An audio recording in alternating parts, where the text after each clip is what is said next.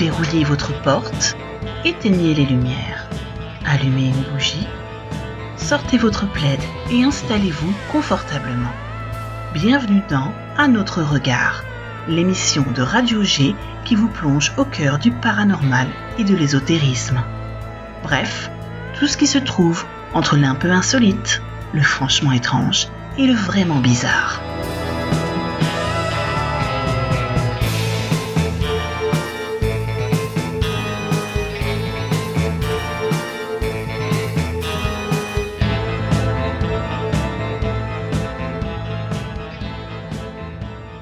Bonsoir à toutes et à tous, bienvenue dans un autre regard sur Radio G Angers, votre rendez-vous bimensuel avec le mystère et l'inexploré. Ce soir, nous vous emmenons à la frontière entre science et énigme, là où les étoiles croisent l'inexplicable. Alors pour cette émission spéciale, j'ai le plaisir d'accueillir Jonathan Ginet, auteur, conférencier, astronome, amateur passionné des phénomènes lumineux et inexpliqués dans le ciel.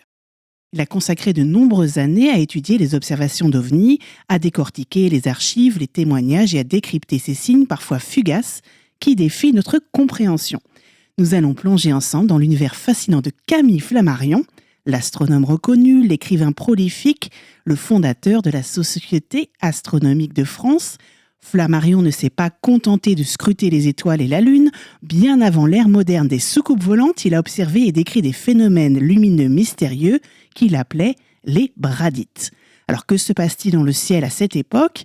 Les archives et ses écrits nous offrent aujourd'hui un regard unique sur des manifestations lumineuses et énigmatiques qui continuent de fasciner les chercheurs et les passionnés d'OVNI.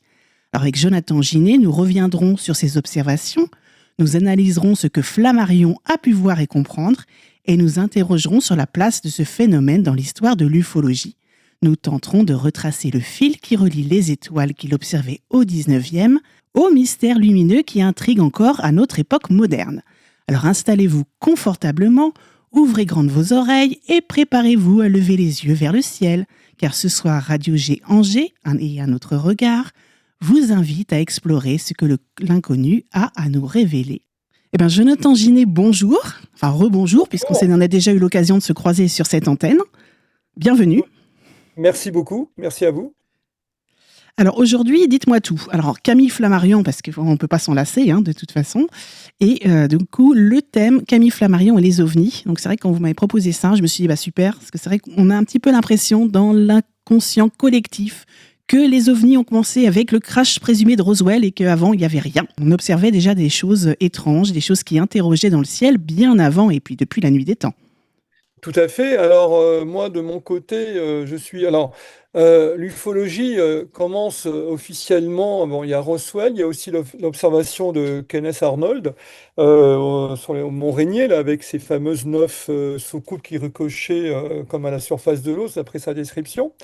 Et nous avons le 19e siècle, qui est une période, comme vous le savez, qui m'intéresse beaucoup, plusieurs titres, pour aussi la parapsychologie, le métapsychique, l'astronomie, etc. Bon.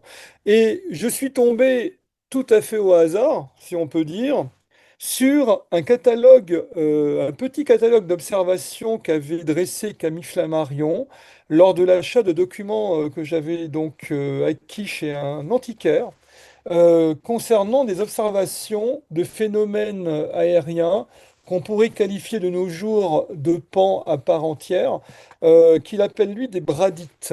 D'accord. Alors, bradite qui veut dire littéralement météore lent, par opposition aux bolides qu'on observait, qu'on observe toujours, que ce soit des rentrées de météorites. Qui étaient eux, du coup, parfaitement identifiés. Ah oui, complètement, qui était identifié à l'époque. Voilà. Et donc, si vous voulez, ça pose un problème à Camille Flammarion qui va se demander de quoi il s'agit. Alors, son catalogue d'observations, il en a repéré 25 en fait. D'accord. Certaines sont contemporaines de son époque, d'autres sont un peu plus anciennes. Il en a pris une du 18e siècle, qui était une observation dont on va voir ça tout à l'heure. Je ne vais pas tout dire d'un coup. Sinon, je vais dévoiler mon sujet trop vite. Bah oui, c'est ça, il faut un peu teaser. C'est comme un striptease, il faut aller Voilà, doucement. Je voudrais poser le contexte de cette époque déjà au niveau du ciel. Oui, Il faut savoir que nous n'avons pas de drone, hein. Le ciel, les cieux de cette époque-là sont dépourvus d'aéronefs. On n'a pas de drone, on n'a pas de lanterne taille, qui n'existe pas du tout à l'époque en France. On n'a pas de satellite artificiel, que ça soit tout type de satellite, évidemment, hein. Je le précise quand même, hein, parce qu'on pourrait penser que par ignorance qu'il y en avait, mais non, il n'y en a pas du tout. Les seuls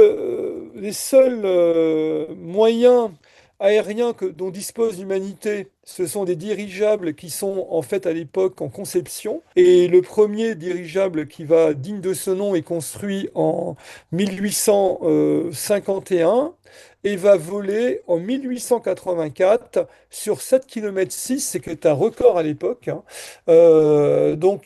Du côté, je crois, c'était du côté de, je me trompe pas, vers Meudon, donc en circuit fermé. C'était donc un exploit. J'oublie aussi encore Henri Giffard en 1852, et qui lui va voler un peu plus loin. Il va faire 27 km quand même. ah oui, quand même. Alors, ce sont des vols de jour, hein, ce ne sont pas Oui. des vols de nuit. Tout ça reste expérimental. Bah, fallait un Et certain courage, effectivement, déjà pour tenter l'expérience et monter et se dire j'y vais, quoi.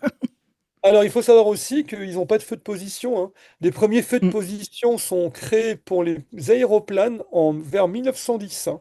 Avant 1910, on n'a pas de feu de position. Donc, on ne peut pas, par exemple, imaginons un ballon de nuit avec des loupiottes. Il n'y en a pas, hein. C'est complètement donc nocturne, dépourvu de lumière. Alors, on a par contre des ballons dans lesquels des savants vont faire des recherches sur la météorologie des courants aériens, dont Flammarion en personne, qui va effectuer une douzaine de vols, qui vont le conduire, je crois que son vol le plus élevé, c'est 6000 mètres d'altitude, c'est quand même... Et, on lui a prêté l'aérostat de l'empereur Napoléon III, qui ne s'en servait pas. Il avait acheté cet aérostat pour des fins militaires, pour observer donc le front et guider les tirs d'artillerie avec. Les premiers avions vraiment dignes de ce nom qui vont voler, on est en 1910, c'est notamment les monoplans Antoinette et donc il y a des biplans, on a aussi des polyplans, à l'époque on a des avions qui ont 4 5 plans, parce que plus on multiplie les plans, les ailes d'avion, plus la portance est assez... L'importance, oui. Mm, Hein, parce qu'il faut savoir qu'à cette époque-là, les moteurs sont faibles mm. et donc n'assurent pas totalement leur travail. Et il faut multiplier les plans pour assurer une bonne portance aux aéronefs. Alors, côté pollution du ciel, bah, cette pollution est quasi Mm. inexistante en campagne. À Paris, on a une pollution qui est due plutôt au charbon qu'on utilise à cette époque-là pour chauffer. Paris, de temps en temps, a des fumerolles, bon, mais cela étant dit, ça n'empêche pas l'observation et on voit énormément d'étoiles. On voit toutes les constellations depuis Paris. On peut voir la Voie lactée qui traverse le ciel, etc. C'est superbe et c'est une époque révolue, hein, puisqu'aujourd'hui, en région parisienne, lorsqu'il fait beau, on voit à peu près toutes les constellations, mais avec les principales étoiles. On ne voit pas grand-chose. En fait, on voit à peu près, je dirais, une bonne quarantaine d'étoiles bien visibles. Le reste, il faut prendre des jumelles ou des instruments astronomiques pour conduire ces observations. Alors, les années 1870-80 sont l'âge d'or des observateurs du ciel. Là, c'est grâce à notre Camille Flammarion, parce que Flammarion est en train de susciter à l'époque un engouement sans précédent pour l'observation du ciel et la connaissance des cieux. Et donc, il va écrire en 1880 l'astronomie populaire, qui va avoir un retentissement notoire. C'est un livre qui va être traduit en plus d'une douzaine de langues, qui va être un best-seller quasi immédiat et qui donne envie aux gens d'observer le ciel. Alors, je ne vais pas trop m'y appesantir puisque j'avais déjà Oui, bah, développé c'est cette ça, oui. idée-là, Mm. hein, dans les émissions Bah, il suffit de précédentes. reprendre sur le fil du site donc www.radio-g.fr. Vous avez accès à toutes les émissions et vous pourrez Voilà. retrouver l'émission en deux parties sur Camille Flammarion. La première partie traite effectivement largement de voilà, toute sa bibliographie, la découverte du ciel, tout ce qui a provoqué cet engouement et cette fascination pour le ciel. Bradit, qu'est-ce que ça veut dire? Alors, c'est un néologisme qu'il a formé en 1874. Ça vient du grec bradis, qui veut dire lenteur, lent, avec le suffixe tes, qui désigne un état. Donc, si vous voulez, un état de lenteur parce que ces observations qui arrivent à cette époque-là ne correspondent pas du tout à nos fameux météores qui rentrent dans l'atmosphère, aux étoiles filantes, etc. Alors, bien avant le XXe siècle, qui verra émerger les termes soucoupe volante, j'ai trouvé récemment qu'un Américain au Texas, en 1878, du Ah, nom de John Martin, va employer le premier le mot saucers. Pardonnez-moi mon anglais, hein, qui n'est pas très bon au niveau de l'accent, pour désigner ce qu'il avait observé, c'est-à-dire qu'il avait observé un disque volant au-dessus de sa tête qui passait et qui a beaucoup surpris ce témoin, un disque de couleur orange, et il va employer ce mot donc de soucoupe pour le décrire, et donc on peut dire qu'une fois de plus, le mot soucoupe apparaît au XIXe siècle, dans la deuxième moitié, en 1878. Donc le terme soucoupe volante qui va être forgé par les journalistes après l'observation de Kenneth Arnold, ils vont rajouter simplement flying, voilà, flying saucers, disque volant, alors que ce monsieur-là, Martin, a déjà employé le mot de soucoupe, voilà. Donc c'est lui le père, en fait, historique de ce terme, jusqu'à preuve du contraire. Peut-être on trouvera après, dans le passé, quelqu'un d'autre qui aurait employé ce terme, mais pour l'instant, c'est documenté, c'est John Martin. Alors, Flammarion, en quelque sorte, c'est un précurseur oublié, mais totalement oublié. Il faut savoir quand même que de nos jours, Flammarion, chez la plupart des gens, ça parle plus, hein. Mis à part les éditions Flammarion, on a oublié Camille Flammarion. Alors, heureusement que le centenaire, l'année dernière, on célébrait le centenaire de sa disparition. On a fait beaucoup de conférences, il y a eu beaucoup de choses qui ont été faites par la SAF, par des conférenciers, dont moi-même, hein.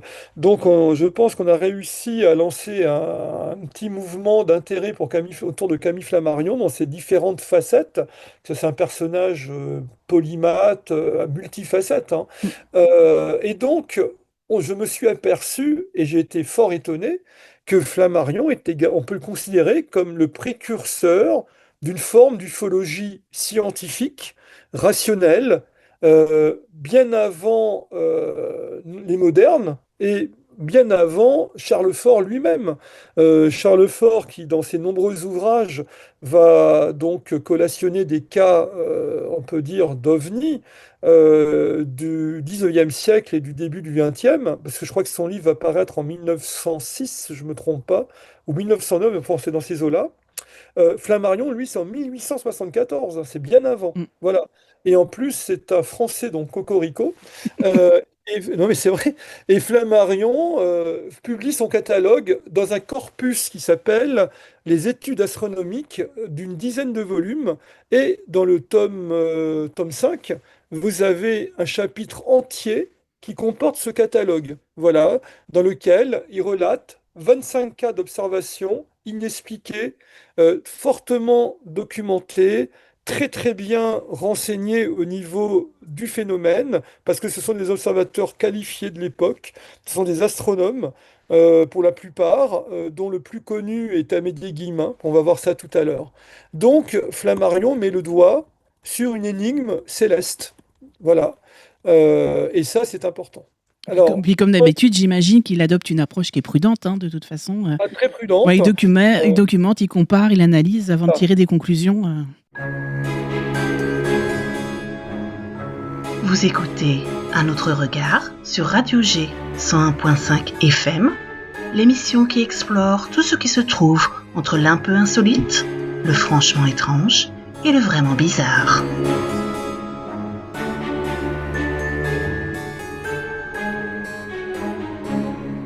Flammarion ne s'est pas contenté de scruter les étoiles et la Lune. Bien avant l'ère moderne des soucoupes volantes, il a observé et décrit des phénomènes lumineux mystérieux qu'il appelait les bradites. Tout à fait. Et d'autant plus que Flammarion est l'auteur de la pluralité des mondes habités. Mais il Il a était fait déjà ouvert effectivement à la question d'une voilà, vie ailleurs, on va dire. totalement ouvert à cette question. Alors, est-ce qu'il s'agit d'une vie extraterrestre? Alors, on va jouer sur les mots. Flammarion parle d'humanité céleste. Il n'emploie pas le mot extraterrestre au sens actuel, il parle d'humanité céleste. Bon, en fait, ça revient au même. C'est les mots qui changent. Et il faut savoir aussi que Flammarion, dans sa conception d'humanité céleste, c'est un peu la poupée russe. C'est-à-dire, il a deux conceptions. La première, c'est celle de sa jeunesse, c'est-à-dire lorsqu'il va rencontrer Alan Kardec à la Société d'études spirites de Paris. Il va adhérer un moment à la conception kardécienne, c'est-à-dire on pense que lorsqu'une personne, comme ils disent, se désincarne, son âme va se réincarner non pas sur la Terre, mais sur d'autres planètes, qu'elles soient des planètes du système solaire ou des planètes extrasolaires, quelque part dans l'univers. Alors, c'est une idée déjà intéressante, ça s'appelle la réincarnation céleste, qui va être d'ailleurs repris par une nouvelle religion de l'époque, qui est celle des Mormons. Vous avez Brigham Young, Brigham Young, c'est le deuxième président de l'Église des Mormons au XIXe siècle, il reprend à son compte cette idée des réincarnations célestes et il va l'intégrer un temps dans la théologie des Mormons. C'est pour vous dire que ça parle beaucoup à cette époque-là et cette nouvelle religion va prendre cette conception pour elle. C'est assez curieux. Et du côté Flammarion, il va y adhérer et lorsqu'il va rompre avec le spiritisme à la mort de Kardec, là, il va se séparer de cette conception et il va adopter une vision moderne, on pourrait dire contemporaine, de l'exobiologie, c'est-à-dire qu'il pense qu'il y a des civilisations ailleurs, intelligentes, dans d'autres systèmes stellaires. Alors ça, c'est tout nouveau, parce qu'à cette époque-là, les exoplanètes, on ne sait même pas s'il y en a. La plupart des astronomes sont sceptiques et Flammarion et quelques autres de son époque, comme Pickering, Lowell, etc., adhèrent totalement, mais peut-être à l'excès à cette théorie, puisque Lowell pense que Mars est habité. Pickering est un astronome très sérieux à part ça, hein, très très rigoureux, mais il est convaincu que la Lune abrite des fourmis géantes qui déposent des œufs énormes qu'on peut voir au télescope sous forme de dôme, vous voyez? Ouais. C'est pour vous dire, c'est complètement... Aujourd'hui, ça paraît un Oui, peu aujourd'hui, ça paraît effectivement. extrême, quoi. Et ces gens-là, pourtant, sont très sérieux. Alors, pour revenir à notre Flammarion, non, pour les Bradites, il reste ouvert et prudent. Et si on compare la grille moderne d'Alan Hynek pour les ovnis, il avait donc défini les R1, R2, R3 dans son fameux livre, c'était quoi? Ça s'appelle déjà OVNI, mythe ou réalité en français. Et on peut dire que les bradites de Flammarion rentrent dans les catégories RR1, RR2 pour la plupart. Il n'y a pas de RR3 au sens d'humanoïdes qui ont atterri De et qui rencontres réelles, ouais. il n'y en a pas, bien que j'en ai trouvé une en 1905, on verra ça à la fin, mais c'est pas Flammarion qui l'a noté.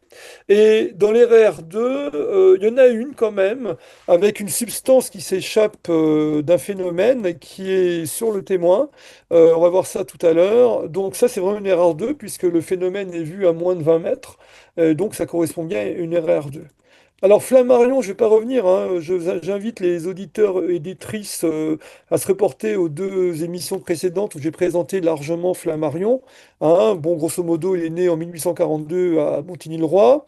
Il a fait l'expérience de deux éclipses donc de soleil en 1847 et en 1851 qui vont déterminer sa vocation pour l'astronomie. Donc ça, je vous brosse le portrait à très grande ligne. Très vite, il se montre un esprit touche à tout, curieux de tout, paléontologie, astronomie, histoire, archéologie. Bon, et c'est vraiment quelqu'un qui s'intéresse à tout. Et il va choisir la voie de l'astronomie. C'est sa voie royale, on va dire. Et il va s'épanouir et épanouir les autres, puisqu'il va réussir à inoculer le virus de l'astronomie à la population de France de l'époque, hein, À toutes les et classes sociales, ouais. à toutes les classes sociales en Europe et dans le monde. Vous savez que lorsque le matin, alors, Flammarion est décédé le 3 juin 1925 à 16h03. Et il reçoit le matin, le jour de sa mort, il était encore en pleine forme, Flammarion ne portait pas de lunettes, etc. Il était avec tous ses esprits. Il reçoit la visite d'un Maharaja hindou, un hindou donc qui est fort riche et qui l'appelle maître. Et quand il le voit, il lui offre, je ne me trompe pas, il lui offre des livres d'astronomie d'astronomes de l'Inde d'il y avait 200-300 ans en arrière, dont Flammarion, comment dire, voulait ces bouquins-là, si je ne me trompe pas, et il appelle, tenez-vous bien, le mage de Juvisy. Vous voyez, le Oui, mage, le le niveau, mage. Et ça claque. donc ça claque. C'est pour dire l'aura qu'il avait. Il avait une aura énorme. Oui, bah oui, c'est ça, c'est tout à fait. Voilà, il a une aura, c'est un des rares intouchables. Par contre, à sa mort, effectivement, il y en a qui l'ont un peu moqué, mais très peu, très très peu. Parce qu'il y avait certains qui trouvaient qu'il déviait totalement avec ses études sur la vie après la mort, À etc. la fois, on pouvait pas lui quand même lui reprocher, il avait quand même une approche scientifique Ah très oui, très complètement. rigoureuse, mais il restait effectivement ouvert au mystère, donc c'est un petit peu le pont finalement entre les deux, hein. Voilà, on peut dire totalement ça. Et alors, ceux que ne sont pas les bradites, ce ne sont pas des bolides, ce ne sont pas des uranolites, des météorites ou des étoiles filantes. Alors, il faut savoir que la C'est plupart des explications simplistes qui ont été, on va dire, rejetées par Camille Flammarion assez rapidement. Voilà. Et si vous voulez, quoi qu'à cette époque-là, il n'y avait pas d'opposition, hein. C'est-à-dire, il réfléchit en tant qu'astronome, ainsi que ses pairs, hein. Ils sont tous d'accord en plus, hein. Ça peut pas être, parce que le bolide, ça va durer, une étoile filante, c'est 1 seconde, hein. C'est Et une à ça, deux il y a la secondes. vitesse, C'est un flash, bon, la plupart du temps, c'est 1 seconde. Un bolide, c'est-à-dire un météore qui rentre dans l'atmosphère, ça dépend de son inclinaison il y a la par trajectoire. rapport, voilà, la trajectoire. Ça peut durer de 1 à 6 secondes, selon. Voilà, pas plus. Et c'est des phénomènes furtifs. C'est-à-dire, une fois que le bolide est passé, il n'y a plus rien. C'est-à-dire, soit il peut, non, pardon, il peut laisser une traînée persistante derrière, ça arrive souvent, mais le phénomène lui-même, il est évanoui, c'est terminé. Voilà, ça arrive aussi qu'il peut illuminer l'endroit où il va s'abattre, hein, ou se sublimer plus exactement la plupart du temps, parce qu'en fait, il touche pas vraiment le sol, hein, il est sublimé, c'est-à-dire il n'y a plus rien. Oui, ça L'atmosphère s'autoconsume, hein. terrestre l'a consumé, voilà. D'ailleurs, on a été témoin avec Annie il y a quelques années, ça devait être en 2012, justement d'un bolide en Auvergne. On observait le ciel justement et on a vu arriver, alors ça, j'en avais encore jamais vu, un bolide, donc ça fait une flamme qui tombe du ciel, mais ça, c'est extrêmement fulgurant. Ça a tout illuminé, comme en plein jour pendant 1 seconde, quoi. Ça a fait un énorme flash et puis plus rien. Ah, c'est Et impressionnant. d'ailleurs, la petite fille d'Annie qui dormait a été réveillée. Elle se demandait qu'est-ce qui était arrivé, parce qu'elle a vu cette lumière même dans sa chambre, ça avait tout illuminé. Et c'était un bolide qui est passé. C'est très impressionnant à voir, hein. Heureusement, bon, ben, il y a pas eu de son, il y a rien eu, il n'y a pas eu d'impact, hein, évidemment. Mais c'est très beau à voir. Alors, les bradites que Flammarion observe ainsi que de nombreux observateurs à l'époque sont en parfaite contradiction avec les lois de Newton et notamment ce qu'on appelle le principe fondamental de la dynamique, c'est-à-dire c'est ce qu'on appelle la deuxième loi du mouvement de Newton qu'on écrit F égale ma, c'est-à-dire c'est la force et c'est la masse multipliée par l'accélération. Donc, c'est une force résultant exercée sur un objet qui est toujours égale au produit de la masse de cet objet par son accélération. C'est-à-dire qu'une fois que l'objet a atteint sa vitesse, son inertie, il ne peut plus s'arrêter et il ne peut pas décélérer, aller en arrière, ce qui est le cas des C'est bradites. ça, ils ont des comportements qui sont pas dans les, Voilà, des comportements qui sont n'entrent pas pas dans cohérents, voilà. des lois de Newton et des lois de la chute des corps également, hein. Donc voilà, ça heurte tout ça. Alors, comme a dit Camille Flammarion, je cite, que ces météores soient des aérolites, c'est ce qui reste douteux, comme on va s'en convaincre par les observations que nous allons résumer. Voilà, ça c'est Flammarion. Et on va commencer avec un cas que j'ai sélectionné, que j'aime beaucoup, qui est un cas qui se passe au Liban. Il date de 1842. Il porte le numéro 12 du catalogue Flammarion. C'est le cas du mont Liban, près de du petit village d'Enab. Alors, je vous en donne lecture. Le 18 juin 1845, une demi-heure après le coucher du soleil, on vit à Enab, sur le mont Liban, un météore composé de 2 corps, chacun en apparence 5 fois au moins aussi gros que la Lune, avec des appendices semblables à de grands pavillons agités par la brise et qui semblaient les réunir. Ce grand météore resta visible pendant 1 heure. Vous entendez bien, Ouais. une Une heure, heure. ouais. Ah non, alors là, il s'avançait vers l'est et disparut graduellement. La Lune s'était levée à peu près 1 heure auparavant.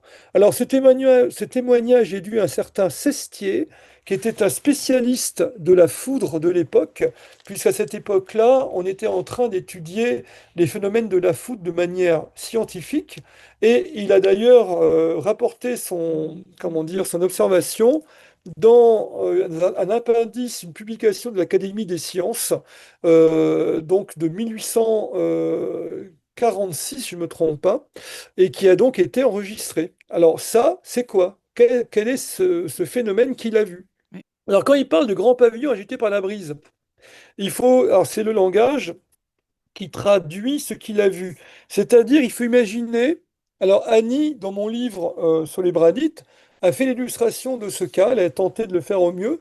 Imaginez deux sphères qui sont reliées entre elles. Ça ressemble comme deux gouttes d'eau à ce qu'on appelle une manche à air sur un terrain d'aviation. Voilà, c'est ça. D'accord.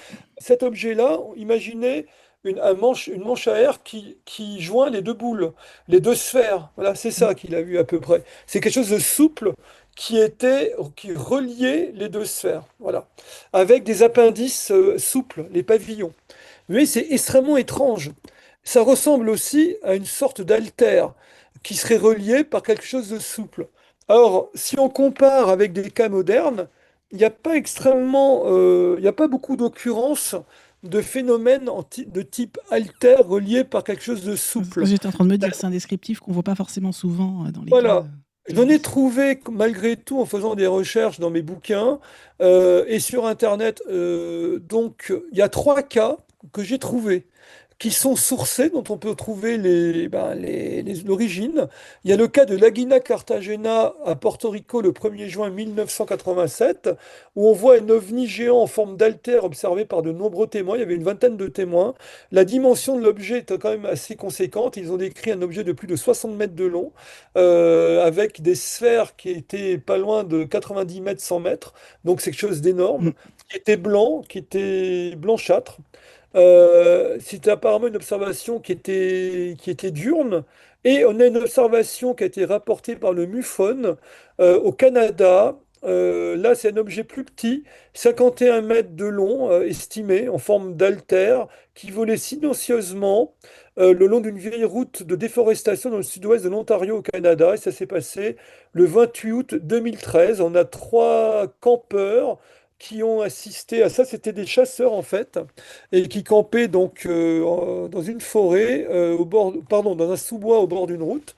Et ils ont vu passer cette chose qui avait un aspect couleur aluminium au-dessus d'eux. Voilà. Ouais, c'est Ensuite, on a un dernier cas que j'ai trouvé qui est plus récent, qui a été mis en ligne par le témoin lui-même, un certain Mike de l'État de Washington aux États-Unis, qui a vu un ovni en forme d'altère avec sa femme passer au-dessus de leur maison en 2013. Toujours le même style, un peu aluminium. Alors, pour le cas d'Enab, en 1842, on n'a pas le descriptif, il donne pas on ne sait pas si c'est une couleur métallique, si c'est autre chose. Il dit ça, c'est pas renseigné, on ne sait pas. Il donne que la forme et la durée du phénomène. Voilà, la durée d'1 heure. ouais, qui est déjà Après, impressionnante en elle-même. Vous écoutez Un autre regard sur Radio G 101.5 FM, l'émission qui explore tout ce qui se trouve entre l'un peu insolite, le franchement étrange et le vraiment bizarre.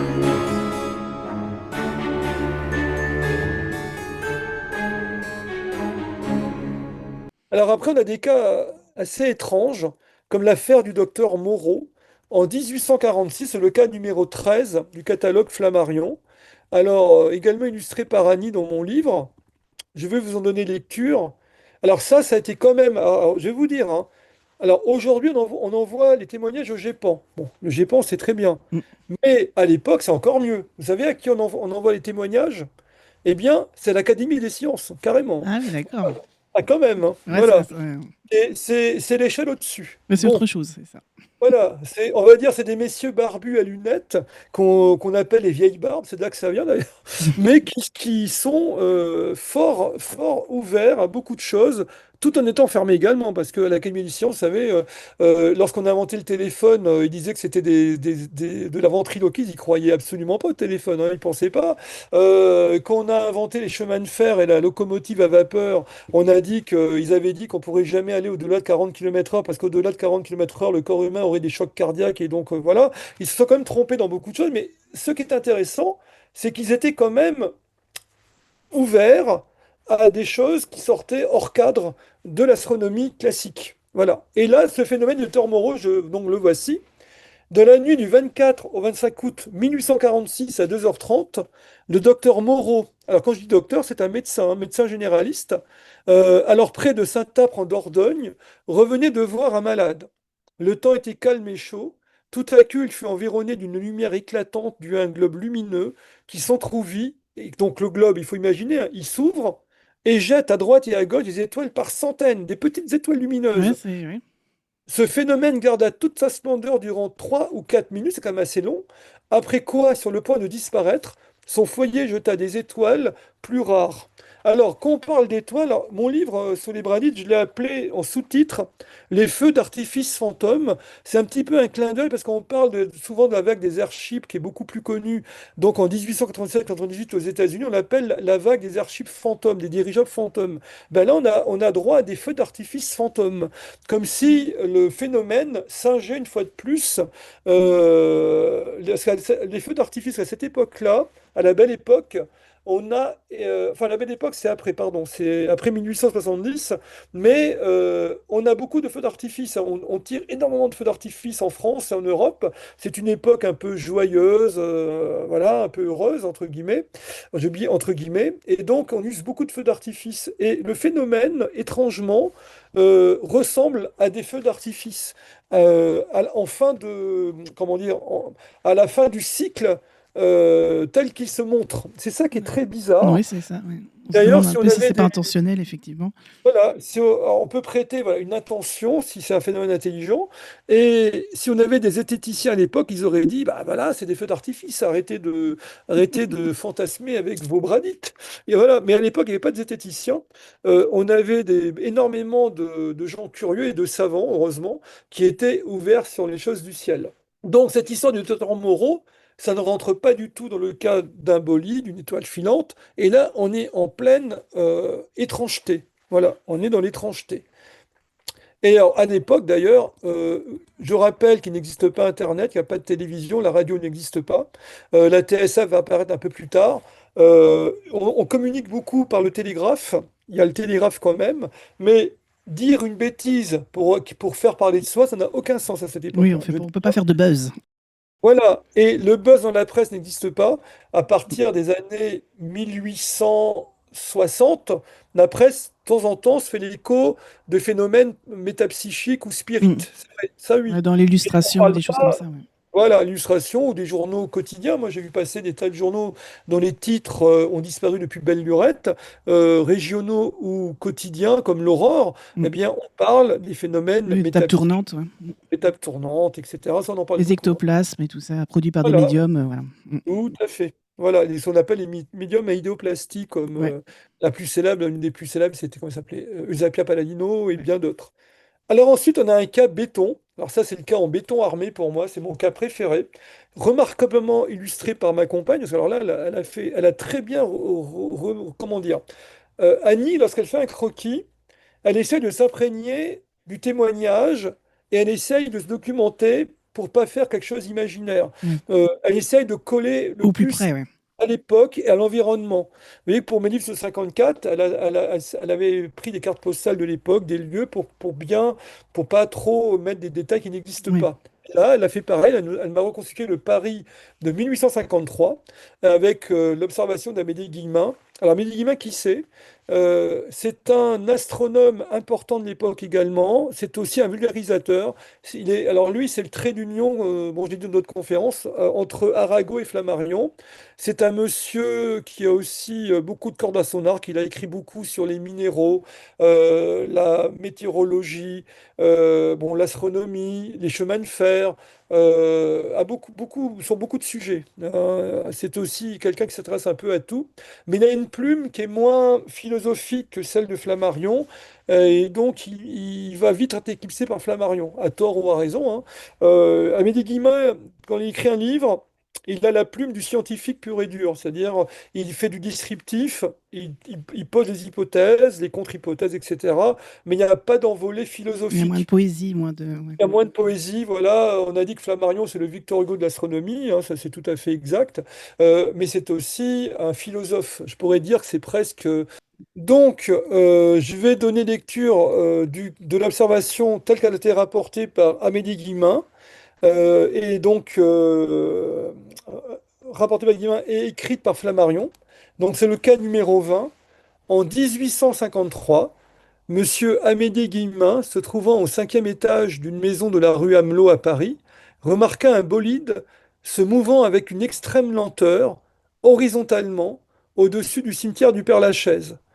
Le météore offrait un disque rougeâtre d'une faible clarté. Voilà le Mm. témoignage qui est quand même intéressant. Ouais. Donc on a un Il y en disque. a un lieu qui est très précis, ce qui est toujours Voilà, bien. du Père Lachaise, et qui est, alors c'est la couleur qui est intéressante, c'est rougeâtre, parce que vous le savez, énormément d'observations d'UFO sont de cette couleur, il y en a beaucoup, et donc je trouve ça, tout ça, ça colle, quoi, c'est très intéressant. Alors bien sûr, je sais qu'il y a d'autres observations où les ovnis ont des couleurs blanches, il y a même du bleu, il y a du Ouais. vert, mais je me rappelle, ah, ça y est, le capitaine Edward Ruppels, il avait tenté de comprendre pourquoi les ovnis changeaient de couleur lorsqu'ils étaient vus, et il pensait que c'était lié à leur mode de fonctionnement. Que quand ils prenaient de la vitesse, par exemple, ça devenait vert, rouge quand c'était Ouais. effectivement plutôt lent, etc. Une idée d'ailleurs qui est reprise aussi par Frank Edwards, qui était un journaliste américain qui avait écrit plusieurs livres sur le sujet et qui avait écrit aussi sur les mystères d'une manière générale, sur le Yéti, etc. Bon, c'était un monsieur aussi très intéressant.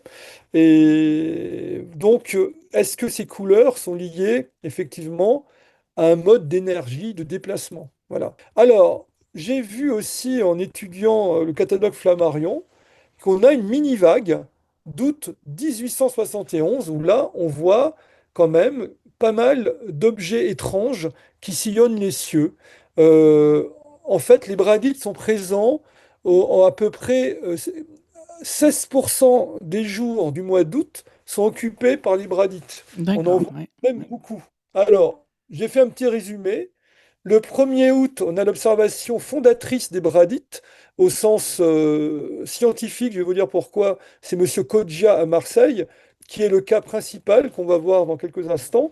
Pourquoi je dis le cas fondateur? Parce qu'il est pris, il est étudié par Hubert Le Verrier, hein, qui est directeur de l'Observatoire impérial de Paris, et qui est le découvreur de la planète Neptune, hein, que c'est pas un rigolo. Donc j'en ai déjà parlé dans d'autres émissions, hein. Le Verrier, c'est un astronome de premier plan. C'est un matheux avant tout. Lui, il fait de l'astronomie par les mathématiques et il va découvrir Neptune que par le calcul. Il n'a même pas observé à la lunette. Ensuite, on a du 1er au 4 août les observations de Monsieur Lemosy à Trémont près de Tournus. Le 2 août, on a l'observation de Monsieur Denza en Italie. Le 7 août, observation de Monsieur Paresse à Bordeaux. Le 10 août, on a trois observations distinctes par Monsieur Chaplat et deux observations par Monsieur Bazot. On a le 11 août deux observations à Nancy. Voilà. Ça, c'est les Ouais. principales observations qui sont vraiment des bradites à proprement dit. On en a d'autres que j'ai pas mis ici, qui sont plus sujettes à la caution, c'est-à-dire ça pourrait être quand même des bolides classiques, mais on a ce noyau-là. Cela donne en fait 10 cas répertoriés de bradites pendant le cas d'août 1971. C'est exceptionnel. Alors vous allez me dire, 10, c'est pas tant que ça, mais c'est quand même pas mal pour un seul mois. Parce que les Mm. autres cas de bradites qu'on a, ils sont échelonnés au cours des années, hein. Alors que là, on les a en un seul mois. Alors, qu'est-ce qui caractérise ces apparitions? Elles ont toutes en commun une durée d'apparition prolongée, c'est-à-dire on est au-delà des 10 secondes admises pour un bolide.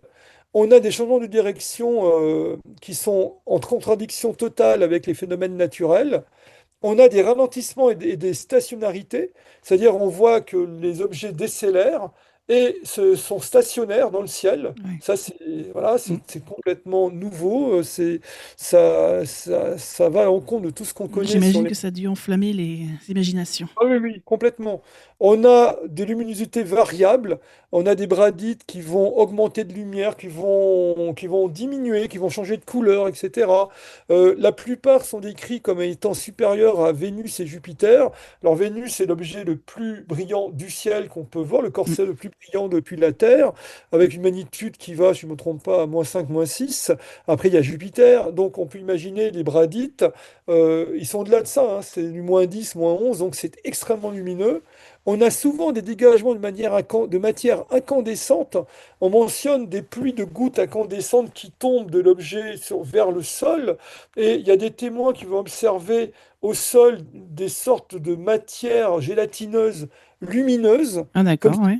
phosphorescentes, donc, mais qui disparaissent en très peu de temps. Alors ça fait penser un petit peu au XXe siècle, au cas qu'on appelait de cheveux d'ange, qui tombaient de phénomènes qui étaient aperçus, et également au phénomène des cheveux d'ange qu'il y a eu au Portugal, avec une grande observation dans les années, je crois, 80.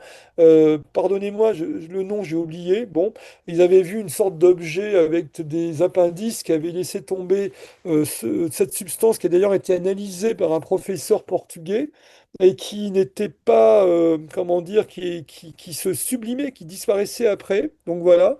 Donc ça ressemble un peu, sauf que la différence, là, elle est phosphorescente. Bon. On a également, dans le changement de couleur, ça passe en fait du blanc à l'émeraude et au bleuâtre.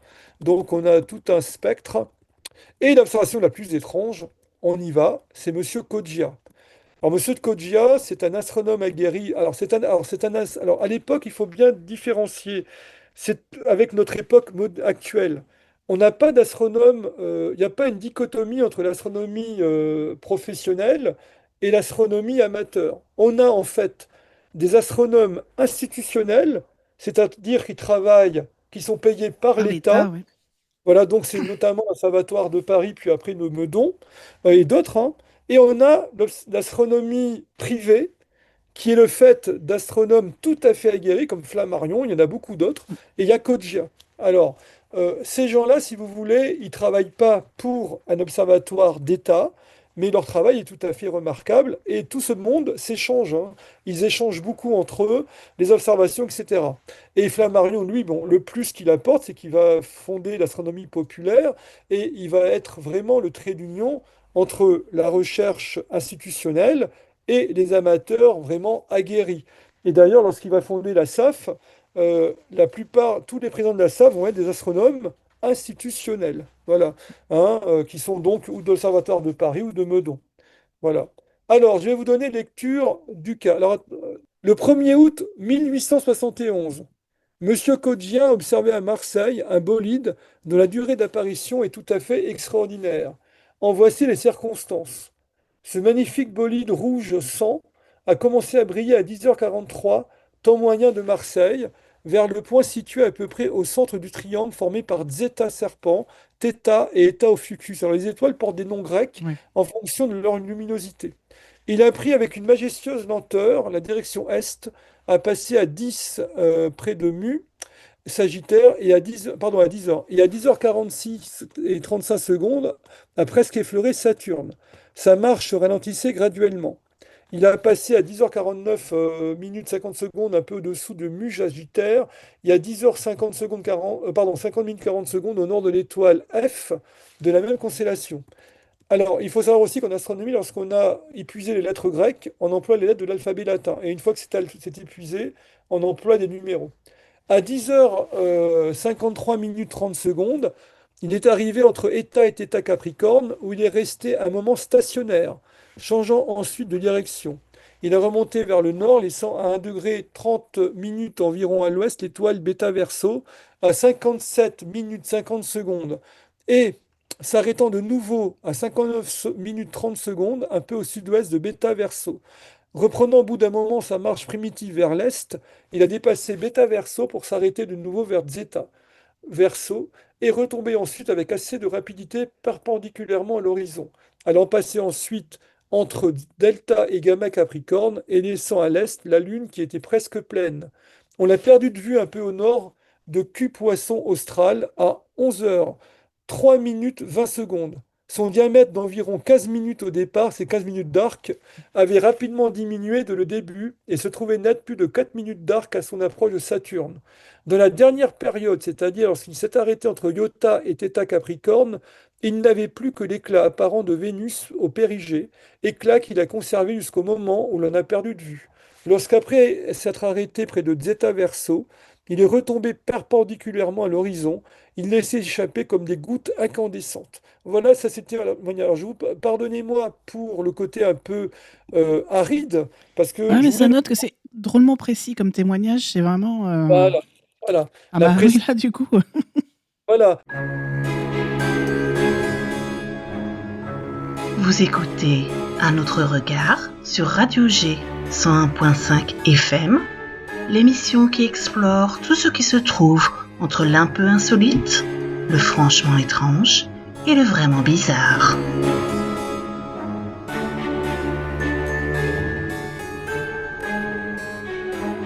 Il faut savoir que les astronomes, lorsqu'ils observent le ciel comme ça, ils ont tous des chronomètres, des horloges pour mesurer le temps, etc., parce qu'ils en ont besoin pour déterminer justement la vitesse des corps qui tombent, etc.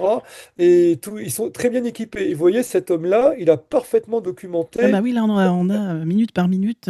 C'est très, très détaillé. Ouais. Et j'ai pu d'ailleurs la reconstituer sur une carte céleste sans aucun problème. Et quand vous la voyez, quand vous reconstituez la trajectoire, hein, évidemment, c'est vraiment un pan au sens moderne. Ouais. C'est ni plus ni moins qu'un pan, donc ça reste étrange. Alors, Urbain Le Verrier, qui est intrigué par l'observation de Monsieur Coggia, va lui demander donc son observation, son rapport d'observation astronomique, et il va l'étudier. Et là, il va faire une déclaration à l'Académie des sciences. Il en va en faire plusieurs d'ailleurs. Pour lui, Le Verrier pense, alors il ne pense pas du tout à cette époque-là, Le Verrier, qu'il peut s'agir d'un engin, hein, on est Ouais. d'accord.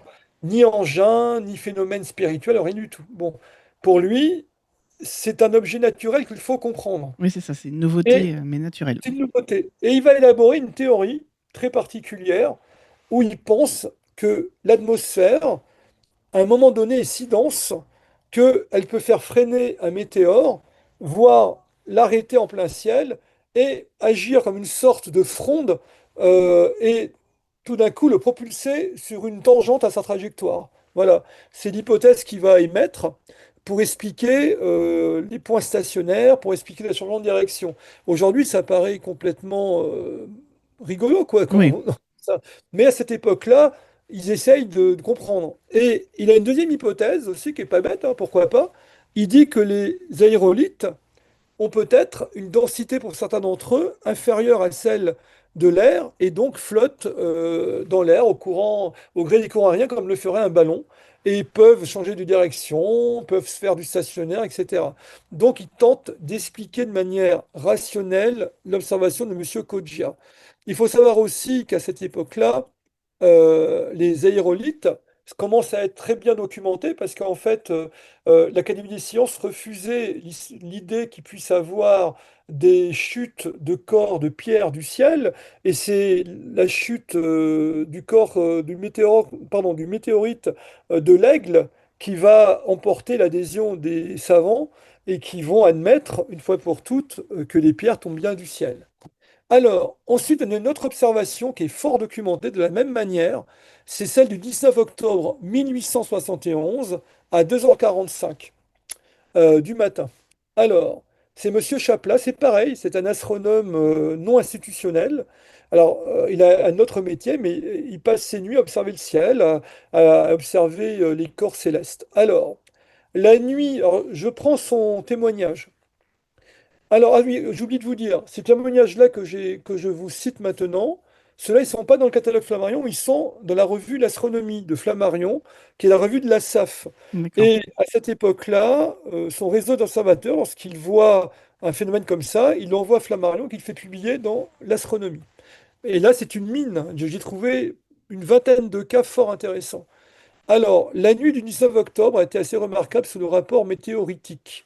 En effet, par un ciel visible estimé à 0,8, Alors ça, c'est la pureté du ciel. Nous avons pu enregistrer un certain nombre d'étoiles filantes et calculer un nombre horaire moyen égal à 10,3, ce qui est beaucoup, hein.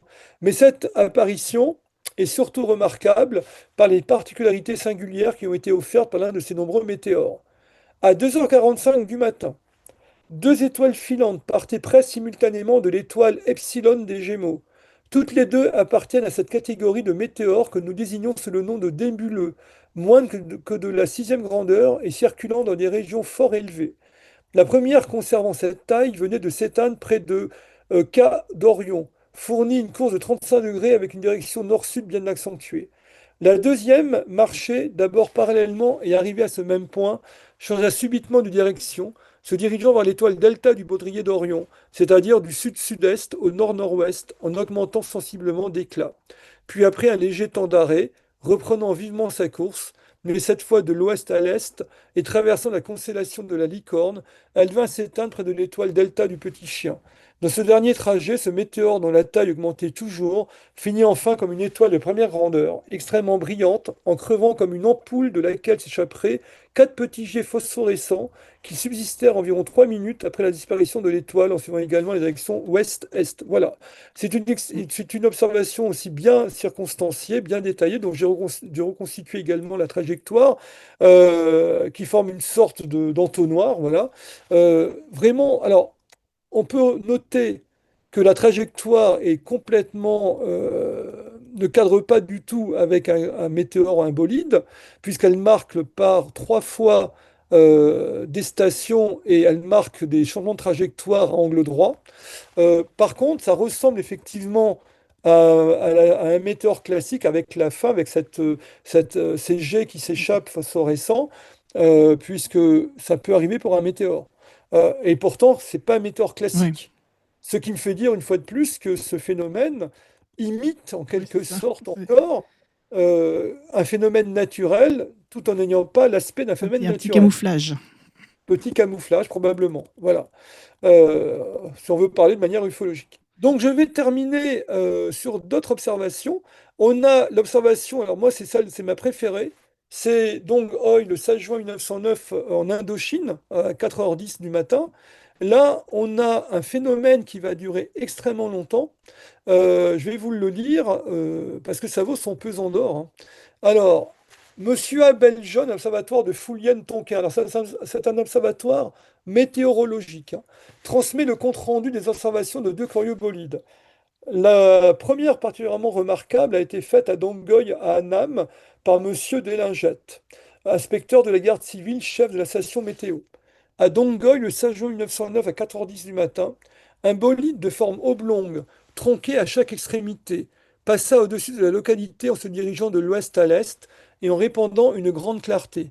Les nommés Wang Ni de Dongoy, Tran Nin du village de Sandongdan, Kuyen du village de Dongbyong-hoi, excusez-moi, hein, je ne sais pas si je parle bien, voilà, et Dan Bui, j'essaye de rendre au mieux, du même village qui se trouvait à la pêche en mer, déclare que ce phénomène aurait duré de 8 minutes à 10 minutes de l'apparition à la chute en mer, à environ 6 km du rivage. La lueur et la teinte seraient celles des lampes électriques éclairant Hanoï, c'est-à-dire très légèrement violettes par instant.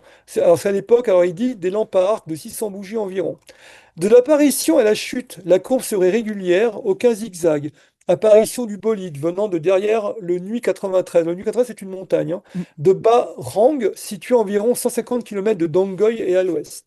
Après la chute de trois fragments du bolide à la mer, ces fragments seraient sortis de l'eau en ricochet pour après 1000 mètres d'environ replonger à nouveau, puis après 1 minute et demie à 2 minutes d'immersion, éclater comme un très fort coup de canon avec une seule détonation. Dès que ces pêcheurs ont vu le phénomène se produire, ils déclarèrent s'être couchés dans leur barque, n'osant rester debout. Et depuis, ils disent que la pêche n'a plus rien donné du fait de la chaleur humide. Donc ça a duré un mois, hein. L'eau est devenue impropre à la pêche. Un peu particulier. Mais il y a encore un meilleur phénomène que ça. Alors c'est le cas de l'RR2. Alors ça s'est passé en Europe. On est au début du 19e siècle, dans les années 1820. C'est après les guerres napoléoniennes. Et ça se passe, si je ne me trompe pas, en province chez nous, du côté du Doubs. Non, non, c'est de la Creuse, je crois. C'est dans la Creuse. Bon, là, on a un monsieur. À l'époque, il y avait des taxis, entre guillemets, si j'ose dire. Il y avait des services de calèche pour pallier les diligences, parce qu'on se déplaçait en diligence, ça n'avait pas encore le chemin de fer, comme on l'a connu ensuite, pour aller chercher des gens, pour se déplacer de village en village ou de ville en ville. Et donc, ce monsieur-là a sa calèche, donc il attend le client en quelque sorte, il va relier une ville. Et là, lui, il voit apparaître devant sa calèche un objet jaunâtre, énorme. Là, c'est au ras du sol. C'est une sphère encore. Il y a beaucoup de sphères à cette époque-là. Une sphère jaunâtre qui décrit aussi grande de deux ou trois diligences, il dit. Voilà, donc c'est un peu, je sais pas, entre 10 et 20 mètres de diamètre. Mm. Donc c'est parfaitement sphérique. Ça approche de lui et ça se positionne au-dessus de sa tête. Et là, il a extrêmement peur, il ressent, et il dit qu'il peut la toucher de sa main, mais il n'ose pas, il dit qu'il aurait pu la toucher. Et là, dégouline de cette sphère une substance jaunâtre qui va sur lui, sur ses cheveux et tout. C'est un Ah truc, oui, bah oui, effectivement, c'est déjà un peu là, j'en ai Ouais, un RR2 bien costaud. c'est ça. On a dans sa calèche, c'est une calèche découverte, hein. Et donc, il en a au sol aussi. Et là, il prend vraiment très peur. Alors, il cherche pas à comprendre, lui, hein. Et hop, au galop, alors le cheval n'a aucune réaction. Bizarrement, il Ouais, dit que son oui, c'est ce que cheval n'a pas j'étais en train de me dire. peur. Non, aucune réaction. Donc, bizarre. Donc, il fouette son cheval, il s'en va au galop, ils s'en vont. Et il laisse derrière lui cette. Alors, il dit que pendant que la sphère est au-dessus de lui, tout était éclairé, hein. Dans un large rayon, il voyait des arbres autour de lui, la route, etc. Le chemin, enfin, c'était des chemins de terre. Et vraiment, c'est étonnant. Alors, il s'en va au galop, donc, et rejoindre très vite un de ses collègues qui est plus loin, je crois que c'est à 2-3 kilomètres de là. Donc, il épuise son cheval qu'on peut plus d'ailleurs. Et là, il retourne sur les lieux plus tard. Il va attendre, je crois, il retourne 2 heures après. Et 2 heures après, il y a encore des substances au sol comme ça qu'il a vues. Son collègue est très étonné parce qu'il ne croyait pas au départ. Le collègue pensait que, bon, bah, Ouais, euh, forcer sur la bouteille. voilà, un petit peu, mais néanmoins, il avait un état de panique, le gars, Ouais, hein. bah oui, Donc, c'est j'imagine. ça qu'il a fait que le collègue est arrivé aussi sur place. Et puis, il l'a vu, hein, la Donc il y avait substance. des Quand traces. voilà, il y avait des Ah, traces jaunâtres bizarres. Alors il dit qu'en la touchant, ça ressemblait à plutôt une sorte de résineux. Et ce résineux qui va aussi se sublimer, qui va disparaître. Voilà. Et ce cas-là aussi a été remonté, si je ne me trompe pas, à l'Académie des sciences, bon, ben, ils ont pris acte, mais c'était très sans pouvoir en dire oui, plus. c'est ça quoi. Et pour terminer, pour conclure sur une note d'étrangeté, est-ce qu'il y a eu des RR3 à cette époque-là? Ah, Il y en a une que j'ai retrouvée, mais c'est pas chez Flammarion. J'ai trouvé ça dans le Bougard, dans la Chronique des ovnis. Alors ça, il faut que je regarde d'où il sort cette observation. Je ne la connaissais pas, mais il cite pas la source. Alors moi, je vais essayer de la retrouver. Il dit qu'en 1905, à Celles-sous-Gouzon, un monsieur qui s'appelait, j'ai pas son nom, attendez, il s'appelait Monsieur Jean, voilà, Monsieur Jean Desgures. C'est l'enquêteur qui, voilà, c'est-à-dire en 73, ce témoin qui est âgé d'une soixantaine d'années maintenant à l'époque, qui s'appelait Jules, Monsieur Jules B, il dit que il était donc menuisier, il rentre chez lui et il voit à l'orée d'un bois une douzaine de personnages bizarres, qui décrit comme des humains, mais qui ne sont pas tout à fait des humains, qui d'accord. semblent vêtus d'une sorte de juste au corps gris. Donc on est en 1905, hein, donc Oui, gris qui font pas attention à lui, qui dévisent ensemble. Lui, il trouve ça bizarre, donc il demande pas plus, hein, il passe son chemin rapidement, et puis s'aperçoit qu'un des personnages décolle du sol, vole, et va au-dessus des arbres pour aller vers lui. Alors là, il prend peur, donc ce monsieur, et il accélère le pas, et ça a disparu. Voilà. Donc on est face à une RR3 de cette époque-là, sans engin, sans rien à côté. C'est il y a juste des créatures. une créature. Bon, maintenant, je ne sais pas si ce cas, ça, je vais chercher l'origine de ce cas, s'il est sourcé, parce qu'il faut se Mm. méfier, hein. Ouais, Là, le Bougard est plutôt sérieux, mais il s'est trompé aussi, parce qu'il avait cité le cas d'Alençon comme étant, du 18e siècle comme étant un cas authentique, mais on sait que c'est un cas qui était un canular. Mais peut-être il n'avait pas l'information à l'époque du bouquin, s'il a écrit ça dans les années 70. Donc voilà, donc écoutez, je vous remercie une fois de plus de m'avoir invité. bah, avec plaisir, hein, toujours.